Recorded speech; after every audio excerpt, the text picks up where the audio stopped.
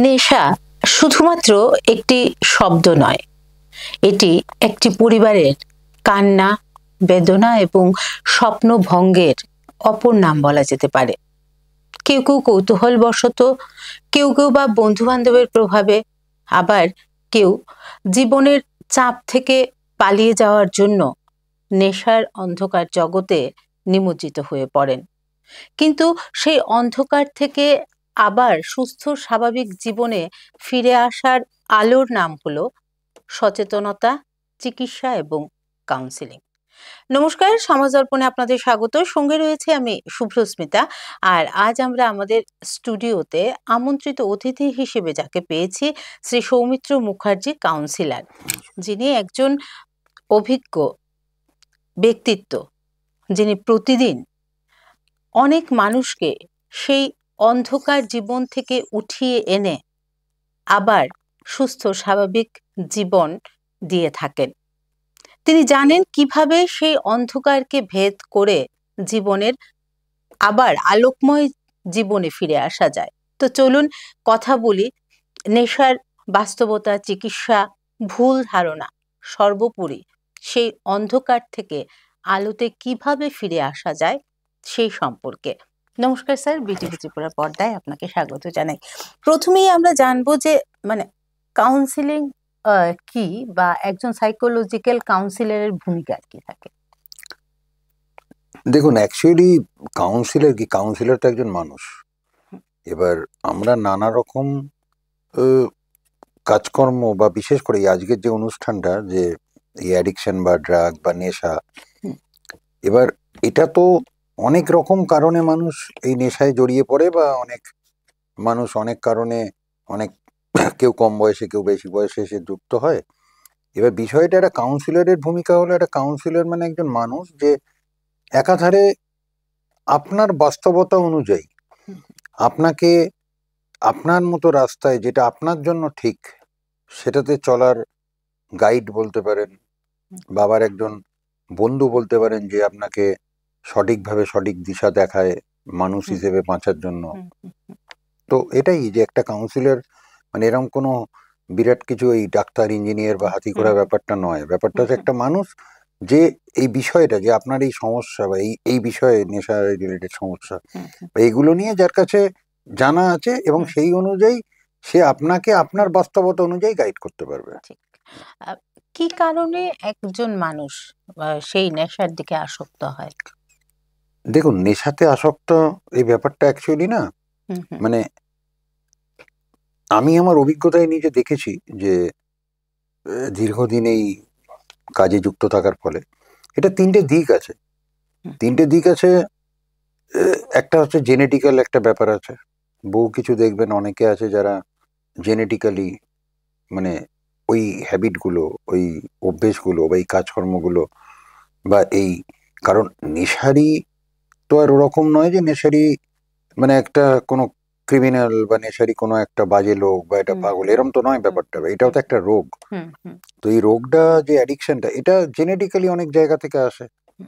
অনেক সময় এনভায়রনমেন্ট একটা বড় ম্যাটার করে। এনভায়রনমেন্টাল পরিস্থিতি যেগুলো হয়, যেরকম দেখবেন বাড়িতে হয়তো ডিসফাংশন, বাবা মায়ের ঝগড়া, বা হয়তো ওয়াইফের সাথে মনোমালিন্য, বা হয়তো কাজের জায়গায় ওভারস্ট্রেচ, এরকম অনেক কিছু আছে যেগুলো এনভায়রনমেন্ট তাকে মুড অল্টারিং সাবস্টেন্স হিসেবে নেশাকে ব্যবহারের জন্য বাধ্য করছে। আর আরেকটা হয় যে যেখানে সিচুয়েশন বা সার্কামস্টান্সেস তাকে নেশার দিকে ঠেলে দেয়। তো নর্মালি দেখা গেছে জেনেটিক্যাল, এনভায়রনমেন্টাল বা সিচুয়েশন, সার্কামস্টান্সেস, এই কারণেই কেউ একজন তার অল্টারনেট সাবস্টেন্স হিসেবে নেশাটাকে আঁকড়ে ধরে। এই নেশাটা কি ইচ্ছাশক্তি দুর্বলতা না ক্লিনিক্যাল রোগ? দেখুন, ওয়ার্ল্ড হেলথ অর্গানাইজেশন এটাকে যে স্বীকৃতি দিয়েছে, এটাকে ব্রেন ডিজিজ বলছে। এবার যেহেতু ব্রেন ডিজিজ, আমরা সাধারণভাবে জানি ব্রেনের সঙ্গে মানসিক অনেক বিষয় আশয় জড়িত। ওই জন্য দেখবেন সরকারও মেন্টাল হেলথের মধ্যে এটাকে ধরে, বা মেন্টাল হেলথ বা মেন্টাল ডিসঅর্ডার, এইভাবে এটাকে নিয়ে চিন্তা ভাবনা করে। এখন আলোচনা অনেক বড় আকারে হচ্ছে, এবং সরকার অনেক ভালো চিন্তা ভাবনা করছে ব্যাপারটাকে নিয়ে। তো ওটা সেই মানসিক নিয়েই করছে। এবার এটা শুধু না ওই মানসিক রোগ বা মানসিক সংক্রান্ত বিষয়, অবশ্যই যেহেতু ব্রেনের, কিন্তু ব্রেনের শুধু ব্রেন ব্যাপারটা এটা না, এর সঙ্গে অনেক কিছু জড়িয়ে আছে, যার ফলেতে গিয়ে এটাতে ক্লিনিক্যাল কিছু কিছু হেল্প কিছু কিছু জায়গায় নিতেই হয়। কারণ শুধু এটা এই কাউন্সিলর বা এরকম এই দিয়ে তো হবে না, এটাতে ডাক্তারের ভূমিকা আছে, psychiatric doctor, MBBS doctor, general physician, psychologist, clinical psychologist যারা, এরকম সকলের ভূমিকা আছে। তো এটা যেহেতু মেনলি ব্রেনের ডিজিজ বলছে ওরা, বা মেন্টাল প্রবলেম বা মেন্টাল ডিসঅর্ডার বলছে, তো এবার মানুষের তো শরীরে মাথা আছে, সব আছে, সঙ্গে পুরোটাই আছে, তো অন্যগুলোর ফলস্বরূপ অন্যগুলো চালিত হয়। তো সেই জায়গা থেকে ওভারঅল ভাবনাই ভাবতে হয়। বর্তমানে তরুণ সমাজ কোন ধরনের নেশার দিকে বেশি ঝুঁকছে? দেখুন, আমি দীর্ঘদিন এই কাজের সূত্রে, খুব সত্যি কথা হলো, একটা টাইম ছিল যে এই ড্রাগ এডিক, অ্যালকোহলিক বা ক্যানাবিস নেয় যারা, গাঁজা নেয়, এরকম এগুলোই জানা যেত। খেয়াল করে দেখবেন যত দিন যাচ্ছে আরো অনেক রকম এই অ্যাডিকশনের রাস্তা খুলছে, মানে জানতে পারা যাচ্ছে। একটা জেনারেশন দেখবেন খেয়াল করে কিছু প্যাটার্ন, লিভিং প্যাটার্ন, কিছু জিনিস শুধু আপনি ড্রাগ অ্যাডিক্টের ভেতর দেখতে পাবেন এরকম নয়, আপনি ড্রাগ অ্যাডিক্টের ভেতরও দেখতে পাবেন, আপনি অ্যালকোহলিকের ভেতর দেখতে পাবেন, আপনি ক্যানাবিসের ভেতর দেখতে পাবেন। তো যারা এইগুলো নেয়, আবার এরমই দেখতে পাবেন যে সাইবার অ্যাডিক্ট, মোবাইল অ্যাডিক্ট, ওদেরও, মানে আপনি এইভাবে যদি ব্যাপারটাকে দেখেন যে একটা লোক নেশা করে অবচেতন অবস্থায় বা সচেতন নয়, অসতর্ক রাস্তা দিয়ে যাচ্ছে, কোনো গাড়ি ধাক্কা মারলো, মারা গেল। আবার একই দেখুন আপনি একটা ইয়ং ছেলে ফোন নিয়ে কানে মাইক্রোফোন গুজে হাতে গেম খেলতে খেলতে গান শুনতে শুনতে যাচ্ছে, কিছুই তো দেখতে বুঝতে পারছে না, গাড়ি মারলো, মারা গেল, বোথ আর সেম। তো এই জায়গাটাতে এই মুহূর্তে শুধু ওরকম ভাবে একটা টাইমে শুধু মনে হতো, তবে অবশ্যই আমি ত্রিপুরায় কাজ করছি 5 বছর ধরে হল, বা এই কাজ করছি দীর্ঘদিন হয়ে গেছে, 18-19 বছর।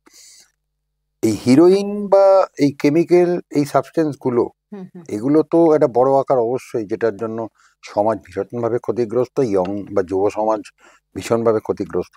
সঙ্গে নতুন অনেক কিছু এসে গেছে যে যারা এইগুলোতে ইনভলভ, শুধু হিরোইন অ্যাডিক্ট বা এরকম না, আমি কাজের সূত্রে দেখেছি বহুজনের আছে এরকম চিকিৎসাকে কেন্দ্রগুলোতে যুক্ত, মানে চিকিৎসার জন্য আছে তারা, প্রচুর সাইকিয়াট্রিক ডক্টরের কাছে আছে যারা এই কেমিক্যাল নেয় না, মানে হয়তো ফোন অ্যাডিক্ট, সাইবার অ্যাডিক্ট বা এরকম।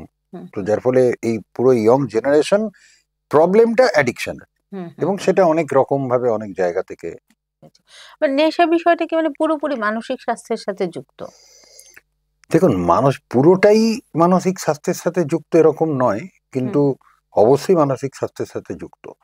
কারণ চিন্তা ভাবনার বদল ঘটানো দরকার, মানসিক অবস্থার বদল ঘটানো দরকার, অনুভূতির বদল ঘটানো দরকার, এগুলো পুরোটাই মানসিক দিক থেকে আসে।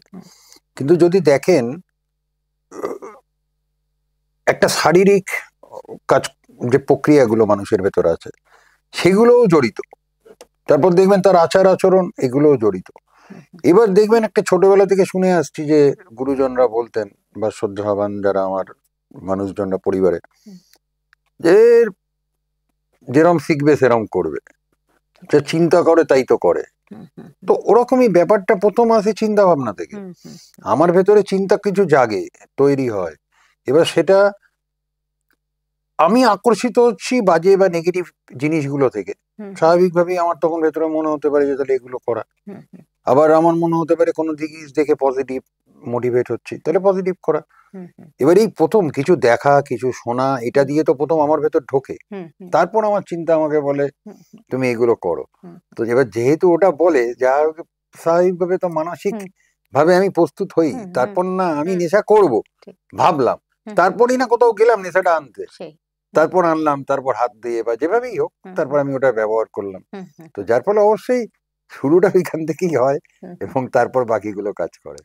তাহলে এই ক্ষেত্রে মানে এই যে পরিবারের যে পরিবেশটা, হ্যাঁ, এই পরিবারের পরিবেশটা কি সেক্ষেত্রে কিছু ভূমিকা রাখে? দেখুন, আমি অভিজ্ঞতা থেকে নিজে দেখেছি এবং দায়িত্ব নিয়ে বলতে পারি, এই যারা নেশাতে যায়, হুম, কোনো পরিবারে কিন্তু কোনো গুরুজন বা বাবা মা বা যেই বলুন তারা হুম, কেউই হুম, কখনোই তাদের সন্তানদের বা তার পরিবারের সদস্যদের চায় না যে নেশা করুক, বিপথে যাক বা উচ্ছৃঙ্খল আচরণ করুক। তো এগুলো কেউই চায় না।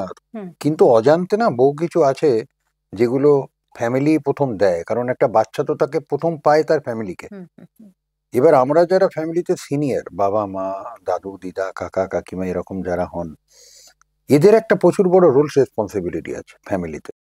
যেরকম আমি নিজে এই কাজ করতে গিয়ে এবং আমার নিজেরও ব্যক্তিগত আন্ডারস্ট্যান্ডিং এটাই যে কোনো বাবা মায়ের উচিত না সন্তানের সামনে ঝগড়া করা। বাবা মায়ের মধ্যে মনোমালিন্য হতেই পারে, হুম, হুম, ঝগড়া হতেই পারে, হুম, হুম, কিন্তু অ্যাভয়েড করো, বাচ্চার সামনে নয়। হুম, আদারওয়াইজ বাচ্চার কাছে, কারণ ডিসফাংশনাল ফ্যামিলি হুম, অনেক বড় ম্যাটার করে একটা ঠিক, বাচ্চাকে এই নেশার দিকে ঠেলতে। হুম, তো বাচ্চাটা ওটা শিখবে। হুম, হুম, এবার দেখবেন বাবা মা বা বড় গুরুজনেরা সিগারেট খায়, হুম, উচিত নয় স্মোকিং করা বাচ্চার সামনে, হুম, হুম, হুম, কারণ সেও তো ওটা দেখে শিখবে ঠিক, যে তাহলে আমি এটা করতে হুম, পারি। হুম, হুম, একটা বাচ্চা যখন বড়র থেকে পজিটিভ জিনিস যেরকম নিতে পারে, হুম, হুম, নেগেটিভও তো নিতে পারে। ঠিক, তাহলে বড় হিসেবে আমার হুম, হুম, তো ওই রোলটা প্লে করার কথা, যেখান থেকে দিতে হলে আমি পজিটিভটা দেবো, না হলে দেবো দেব, না, হুম, কিন্তু নেগেটিভটা যেন আমি দিয়ে না ফেলি ঠিক। আর আমার মনে হয় নেগেটিভটা বোধহয় ক্যাচটা একটু তাড়াতাড়ি তাড়াতাড়ি হয়। করে। হুম, হুম, এবং অ্যাডিক্ট যারা বা আমরা যারা অ্যাডিকশন নিয়ে দেখেছি, যারা কাজ করছে বা অ্যাডিকশনে যারা জড়িত বা অ্যাডিকশনে যারা, তাদের লাইফস্টাইলের অনেক গল্প আছে, হুম, অনেক হুম, শুনেছি। হুম, তো ওগুলো থেকে দেখা গেছে যে একটা অ্যাডিক্ট নেগেটিভিটিতে অ্যাট্রাক্ট বেশি হয়। এবার অ্যাট্রাক্ট বেশি হওয়ার ফলে সে নেগেটিভ জিনিসটা গিয়ে আঁকড়ে ধরে। হুম, হুম, তারপর যখন ওটার জন্য প্রচুর ক্ষতি হয়ে যায়, হুম, সাফার করার পর গিয়ে সে ফিল করে যে না, এটা আমার জন্য নয়, তো এটা থেকে আমায় রিকভার করতে হবে। ফ্যামিলিও একইভাবে হুম, হুম, দেখবেন সব থেকে বড় ভূমিকা আছে, অপ্রয়োজনীয় স্নেহ, মায়া, মমতা, ভালোবাসা পরিবার দিয়ে দেয় হুম, আবেগের বশে। হুম, হুম, দেওয়ার সময় তো বোঝা উচিত যে আমি যেটা দিচ্ছি, আমি যাকে দিচ্ছি তার নেওয়ার ক্ষমতা আছে কিনা। ঠিক, মানে আমি দিচ্ছি আমার ঠিক, একটাই সন্তান, হুম, হুম, আরে আমার সব তো তারই, হুম, কিন্তু তা বলে তো এটা নয় যে সব তার নেবার ক্ষমতাটাও তো আমায় দেখতে হুম, হবে। হুম, হুম, তো আমি নিজে ফেস করি যে আমাকে কোনো কেউ ইনভাইট করে বাড়িতে খেতে, তো আমি যাই, আমি খাই খুব সত্যি কথায় অল্প খাই বা খুব বেশি স্পাইসি খাই না, হুম, খুব হুম, বেশি ওরকম নয়। কিন্তু গেস্ট হিসেবে এবার আমি যখন যাই কারোর বাড়িতে, আমাকে অত কিছু দেয়, হুম, আমার প্রথম মাথায় আসে আমি যদি এটা দিয়েছি আমি তো খেতে পারবো না, অপচয় হবে। হুম, তো এই মানুষটাও কিন্তু জিজ্ঞেস আমায় করবে না, হুম, হুম, আচ্ছা আপনি কি খাবেন বলুন। হুম, হুম, ওইরকম সেম জিনিসই পরিবারে যখন দেবে, পরিবারেরও তো দেবার আগে ভাবার কথা। হতে পারে আমার সন্তান একটা, হতে পারে ছোট ছোট, হতে পারে বড় মেয়ে, হুম, হুম, কিন্তু যাকে আমি দিচ্ছি তার নেওয়ার কতটা, ক্ষমতা কতটা, সেটা দেখে দিলে সবকিছুই হুম, হুম, হুম, দিলে তার ঠিকঠাক রেজাল্ট পাওয়ার সম্ভাবনাটা থাকে। হুম। এই যে নেশা মুক্তির ক্ষেত্রে যে কাউন্সিলিং এর যে বিভিন্ন ধাপগুলো রয়েছে সেই সম্পর্কে যদি একটু দেখুন, নেশা মুক্তি নিয়ে না একটা ভুল ধারণা হুম, সবার আগে এই সমাজের কাটা উচিত। মানে কিরম কাটা উচিত, ওয়ার্ল্ড হেলথ অর্গানাইজেশন এটাকে ব্রেন ডিজিজ বলেছে বা মেন্টাল হেলথের সঙ্গে জড়িত বলছে, কিন্তু এটাও বলেছে যে এটা কিন্তু অনেক ক্রনিক একটা রিল্যাপস হুম, হবার সম্ভাবনা এটা থাকে।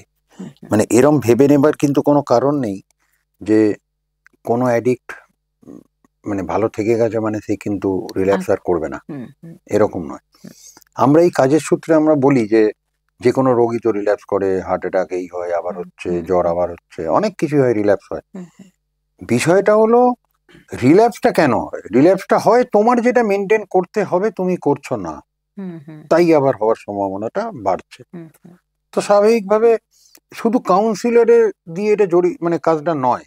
মানে শুধু কাউন্সিলর একজনকে ভালো করে দেবে এটা যদি কেউ ভাবে, তাহলে সে বড় হুম, বোকামির জায়গায় আছে।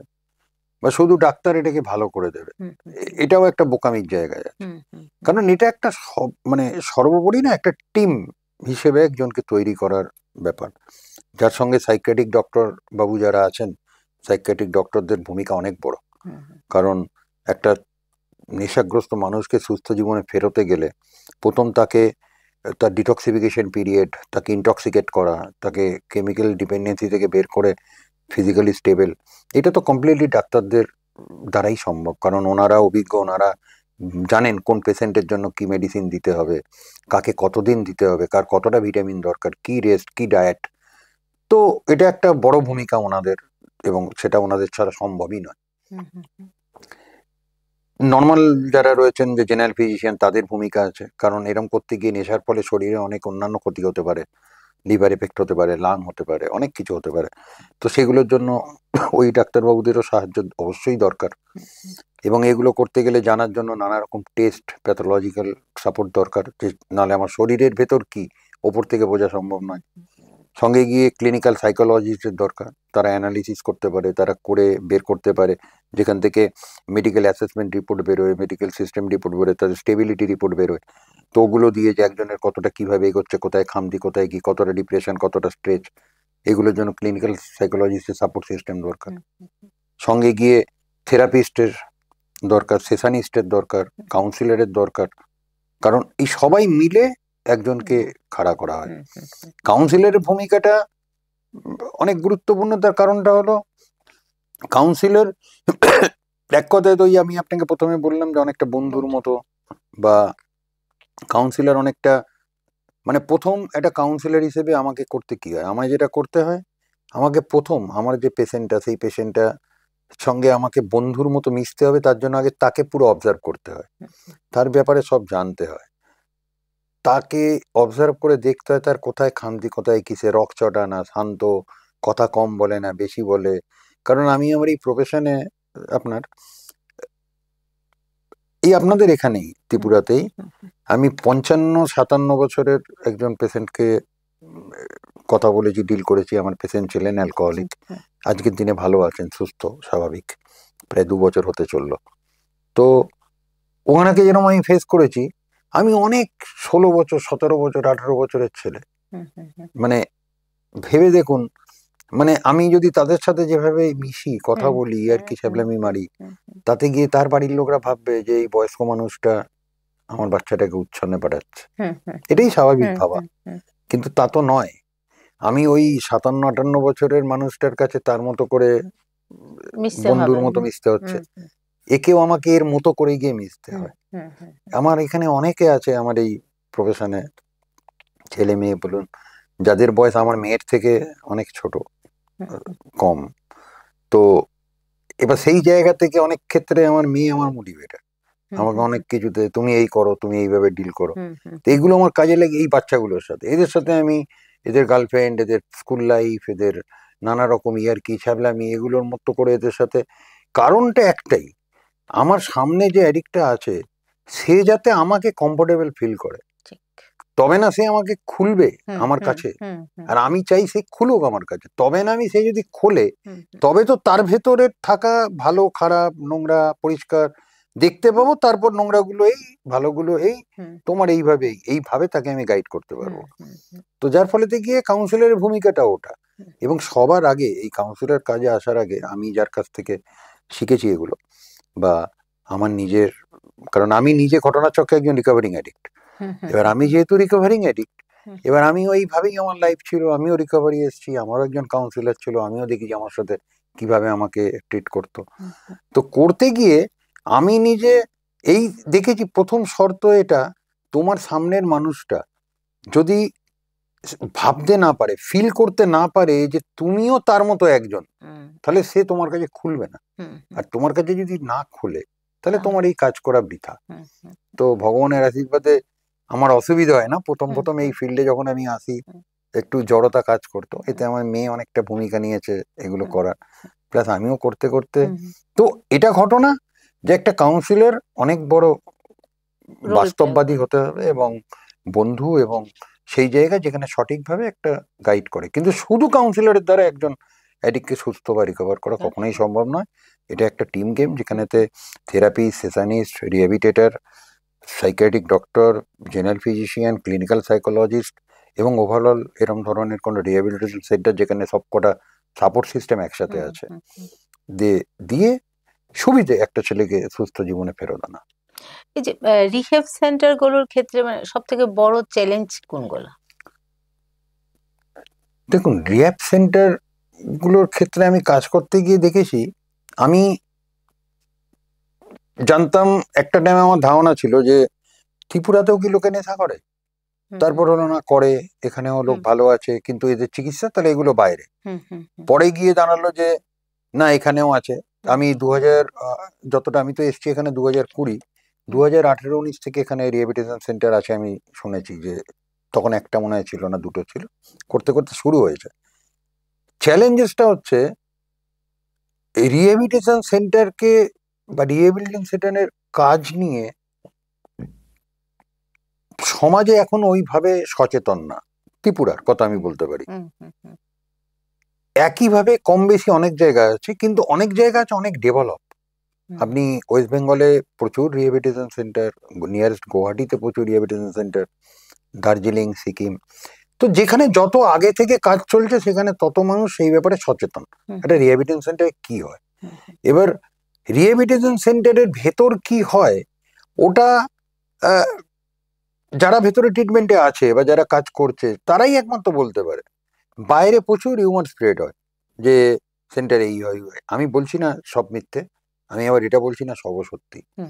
এবার চ্যালেঞ্জটা ফেস করতে কি হয়, মানুষ তো যেটা চোখে দেখছে যেটা শুনছে ওটাকেই বিশ্বাস করে, তো যার ফলস্বরূপ মানুষের কাছে যেরকম ভাবে ইনফরমেশন পৌঁছয়, মেসেজ পৌঁছয় বা ওনারা যেটা দেখতে পান সেটাকেই ধরে নেন।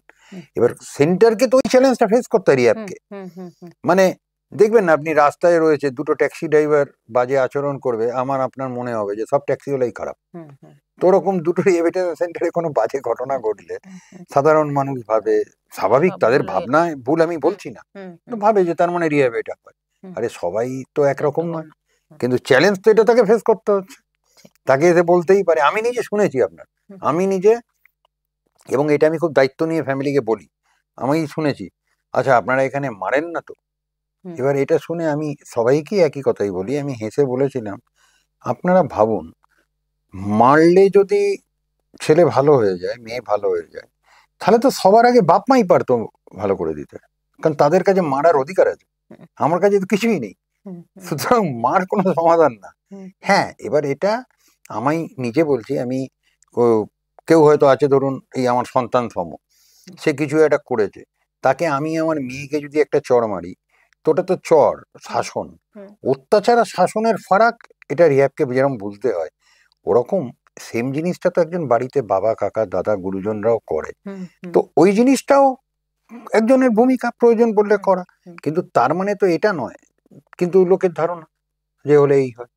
আসলে রিহ্যাবিলিটেশনের সত্যিকারের যেভাবে কাজ করার কথা, যদি কাজ করে যেগুলো নিয়ে, তারা কোনোদিনই অসামাজিক বা অবৈধভাবে বা যেভাবে করার না নিয়ম নীতিহীন ভাবে কোনোদিনই করবে না। কারণ ও আফটার অল রিহ্যাবিলিটেশন সেন্টার যারা আসে না তাদের বেশিরভাগ খেয়াল করে দেখবেন তারা সব রিকভারিং অ্যাডিক্ট ম্যাক্সিমামই যেগুলো, এবং আরে আফটার অল তারাও অ্যাডিক্ট, তারা রিকভারিতে এসছে, তারা চাইবেই আরেকটা লোক রিকভারিতে আসুক, সে চাইবে না কোনো একটা রিকভারিং অ্যাডিক্টের ক্ষতি হোক বা রিকভারিতে না এসে কিছু হোক।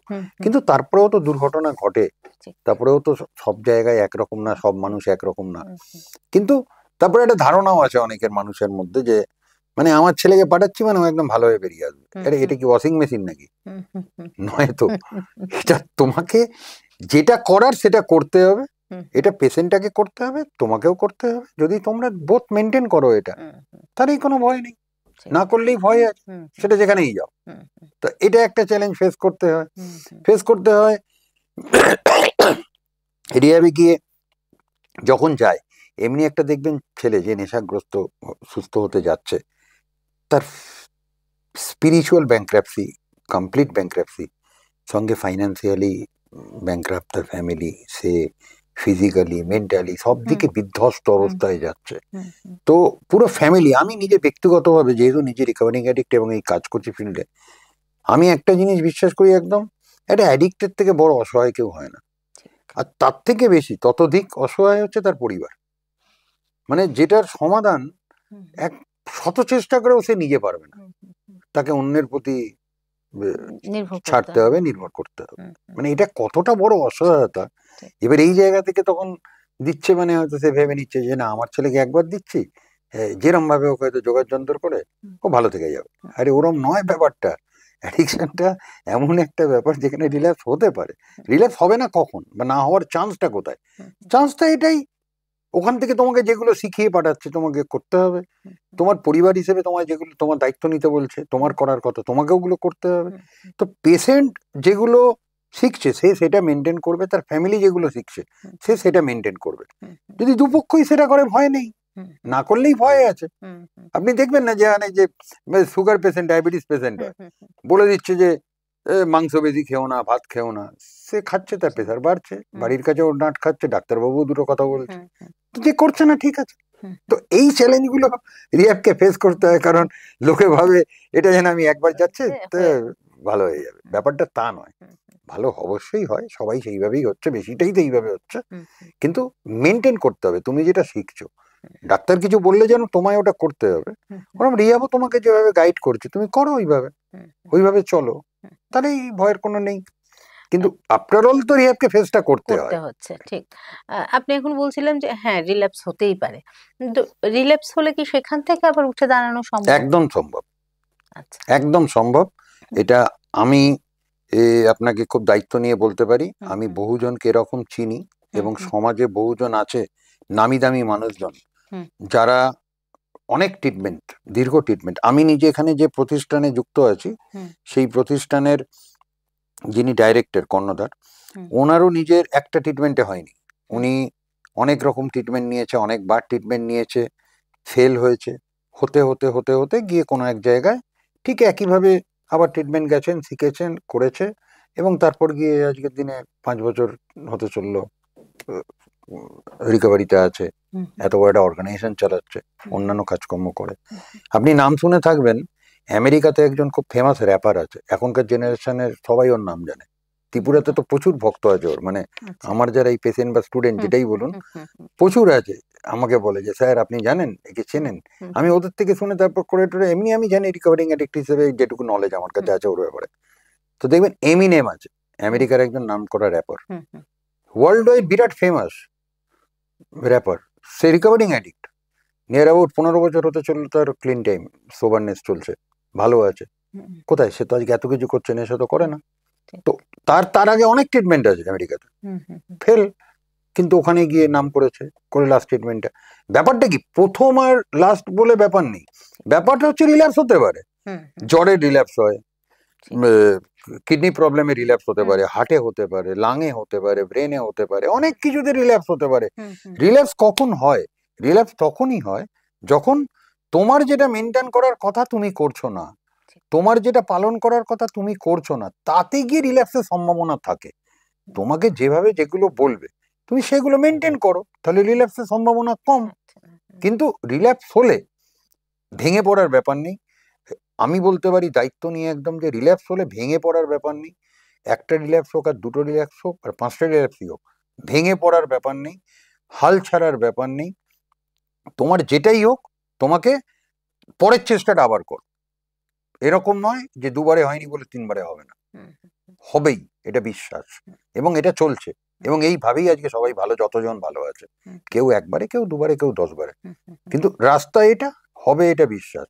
আর রিল্যাপস হলে ভেঙে পড়ার কোনো কারণ নেই, রিল্যাপস যে কোনো কিছুতেই হয়, কিন্তু কেউই চায় না রিল্যাপস হোক না, আমরা যারা আছি আমরা চাই, কাউন্সিলর, ডাক্তার যেই বলুন, আমরাও চাই না কারো রিল্যাপস হোক, যে রিল্যাপস রিকভারিতে আছে সেও চায় না সে রিল্যাপস করুক, কিন্তু ওই যে বললাম ঘুরে গিয়ে এনভায়রনমেন্ট, সিচুয়েশন, সার্কামস্টান্সেস, এই ব্যাপারগুলো অনেক বড় এফেক্ট করে।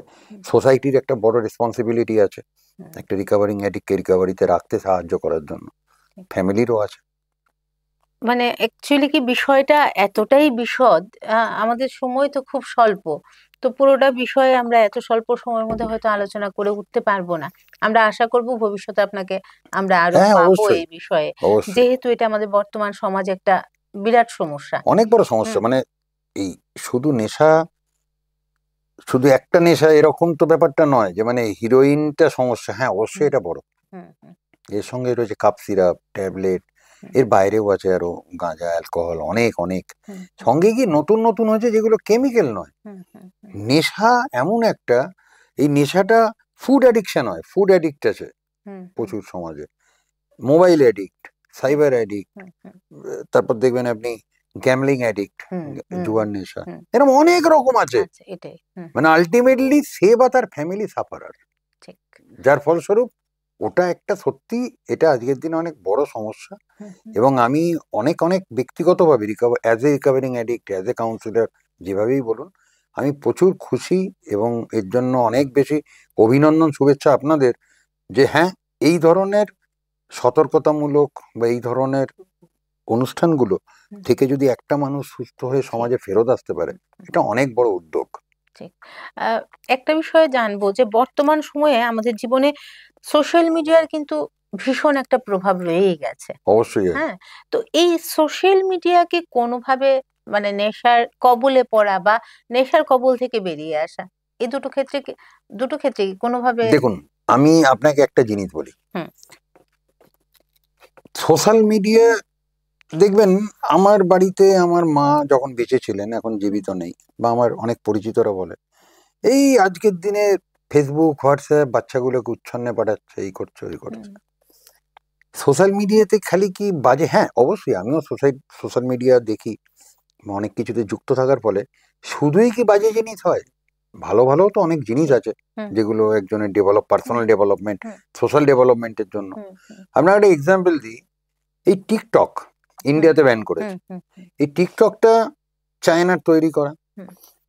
চায়নাতে টিকটকটা ইউজ হতো মোটিভেশনাল স্পিচ, সায়েন্টিফিক নানা রকম বিষয়, এডুকেশনাল নানা রকম বিষয়, এইগুলো দিয়ে টিকটক করেছিল যাতে সোসাইটিতে যারা ফাঁকা বসে আছে, টাইম পাস করবে, এইসব পজিটিভ জিনিস করে করুক, মানুষ দেখতো, নিত, শিখতো, নিজের লাইফকে ডেভেলপ করতো। ওই টিকটকটাই যখন চায়না থেকে বেরিয়ে গেল, ধরুন আমি আমার দেশটাই বলি, আমার দেশে এসে ওটাকে রিল বানানোয় ব্যবহার হলো, ডান্স করায় ব্যবহার হলো, নানা রকম ইয়ার্কি ছ্যাবলামি ব্যবহার হলো।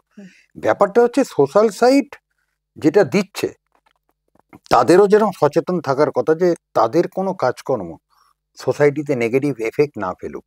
উল্টো দিক থেকে সোসাইটির পার্ট হিসেবে বা এই সমাজেরই অঙ্গ হিসেবে, আমি মানুষ হিসেবে আমারও তো দায়িত্ব যে আমি কোনটা নেব, ভালোটা নেব না খারাপটা নেব, এটা আমার হাতে। উল্টো দিক থেকেও তাই, কিন্তু ব্যাপারটা এরম নয় যে এই ফেসবুক হোয়াটসঅ্যাপ টুইটার বা সোশ্যাল সাইটই খালি সবকে খারাপ করে দিচ্ছে। ফেসবুক তো এক সময় ছিল না, তখন কি তাহলে নেশা ছিল না? এক সময় তো হোয়াটসঅ্যাপ টুইটার ছিল না, তখন কি নেশা ছিল না? বলতে পারেন তখন কম ছিল, এখন বেশি।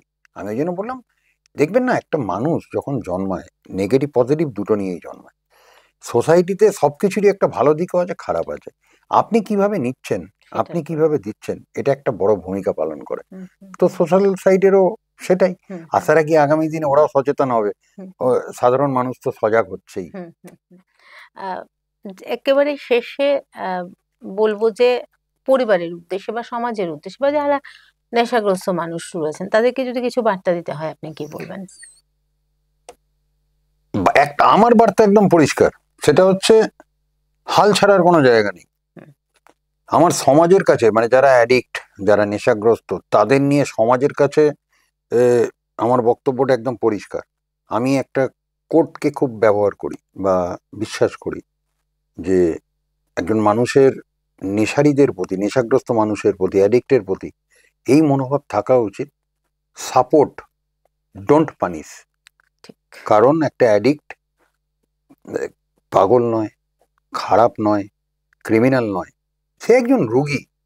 তো রুগীকে রোগের নজরে দেখে রুগীর মর্যাদাটা দেয়া একজন নাগরিক হিসেবে আমার দায়িত্ব, এবং তার জন্য তার পাশে থাকা, সঠিক যাতে চিকিৎসা পায় তাকে এই সাপোর্টটা দেয়া, এটা সমাজের সবার দায়িত্ব। এবং এটা একটা টাইম অল্প ছিল, এখন বাড়ছে, এটা আরও বাড়াতে হবে যতই সঠিক এটা পাবে। এবং পরিবারের প্রতি বলতে গেলে, পরিবারের প্রতি আমি একদম এইভাবেই ভাবি বা বলি, দেখুন, যে কোনো কিছুতে আমি যখন হাল ছেড়ে দিই বা আমি যখন মেনে নিই আমি ফেলড, তখন আমি অন্যের কাছে সাহায্যের জন্য হাত বাড়াই। তো সেটা যদি আমি করি, তাহলে এই ফিল্ডেতেও যারা কাজ করছে বা যারা দক্ষ, এটাতে যারা যুক্ত, তাদের কাছে আমি যদি যাই, তাহলে তাদেরও তো তাদেরটার পুরোটাই আমার শোনার কথা, গাইডেন্স নেওয়ার কথা। তো যদি সেটা নেওয়া হয়, যেন সেটা নেওয়া হয়। কারণ ডাক্তার বললো 10 দিন ওষুধ খাও, 5 দিন পর খেয়ে আমার একটু ঠিক হয়ে গেছে, আমি আর কথা শুনলাম না, ওটা যেন কোনো জায়গায় নয়। ওরকম এই খেলে তো বিশেষ করে নয়। তো সমাজের জন্য যেরকম যে সাপোর্ট ডোন্ট পানিশ, ওরকম ফ্যামিলিকেও যার শরণাপন্ন হচ্ছেন, যার সাহায্য নিচ্ছেন, ওটা পুরো নিন, আধা আধুরা কিছু নয়। আজকের আলোচনায় যেটা আমরা বুঝলাম যে নেশা লজ্জার কোনো বিষয় নয়, নেশা একটি রোগ। আর রোগ যখন রয়েছে, রোগের চিকিৎসাও রয়েছে, পরিবার, চিকিৎসক, সমাজ, এই তিনটে হাত যদি একত্রিত হয় তাহলে আমরা একটা মানুষকে নেশার অন্ধকার জগৎ থেকে বের করে আনতে পারবো। আসল কথা, একটা মানুষের একটা দুর্বল মুহূর্তকে বিচার না করে আসুন আমরা তার পাশে দাঁড়াই। তার দোষটাকে বড় করে না দেখে আমরা সেই মানুষটাকে দেখি। আসুন আমরা সকলে মিলে একটা মানুষকে তার সেই অন্ধকার জগৎ থেকে তাকে আবার সুস্থ স্বাভাবিক জীবনে ফিরিয়ে আনার জন্য আমাদের যা যা করা উচিত আমরা যেন সকলে মিলে তাই করি। ধন্যবাদ স্যার, আমাদের আমন্ত্রণে আপনি এখানে এসেছেন। অনেক মূল্যবান তথ্য আপনার কাছ থেকে আমরা জেনেছি। আমরা ভবিষ্যতে আপনাকে আশা করি আরো পাবো। আর ধন্যবাদ জানাচ্ছি আমাদের দর্শক বন্ধুদেরকে। আসুন আমরা সকলে সচেতন হই, সকলে আমরা ভালো থাকি, পরস্পরের পাশে থাকি। আজকের মতো সমাজ দর্পণের এই পর্যন্তই। পরবর্তী নানা রঙের অনুষ্ঠানের জন্য চোখ রাখবেন বিটিভি ত্রিপুরার পর্দায়। দেখা হবে পরবর্তী পর্বে অন্য কোনো নতুন ব্যক্তিত্বের সাথে, নতুন কোনো আলোচনায়। ততক্ষণ পর্যন্ত ভালো থাকবেন, সুস্থ থাকবেন। নমস্কার।